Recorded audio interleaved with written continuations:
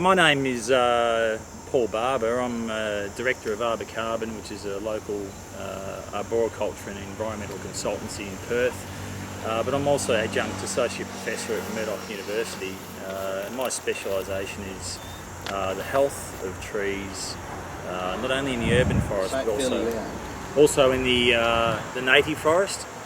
I live locally in Cardinia, which is only a few kilometres away from the site where we are today. And this is a site of a king Jarrah that's been removed and cut down recently. So I'm standing at the site of the stump and the remains of that tree.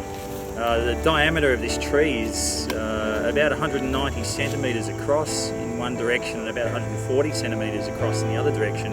So it's a very, very large, significant tree that's based in the urban area of Perth. It's extremely unusual to find large Jarrahs like this in the urban area, so they are very, very special. So this event, the cutting down of this tree, is an absolute tragedy, and it's extremely sad to see. So this King Jarrah, there's no doubt that it was in a state of decline. If we look at the cross-section of this tree, the heartwood of this tree at this level, it's incredibly structurally sound, very, very solid wood. There's no doubt that further up the tree there are hollows, and there are definitely bees within those hollows, but down here it's very structurally sound.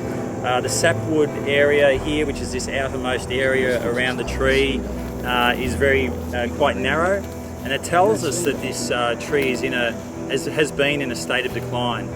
We can see where some of the epicormic shoots at the base have been removed. So this tree has been stressed for a long time, but we expect this of old trees, these ancient trees like this that have been around pre-European settlement. So it's an absolute tragedy. I'm wondering why it's been cut down. I've read some reports and some statements to say that it was because of the bees in the crown of the tree. There's no doubt we're about 50 metres from a residential area, and these bees would cause some sort of discomfort and issues for the local residents. There's no doubt about that. But the question remains, why couldn't those bees be removed and this tree remain? It seems crazy that a tree would be cut down to get rid of this bee problem. So there must be some other reason, I can only think, and I'm wondering why and asking those questions. If it's to do with tree risk and the hazards in the trees, well, those involved in the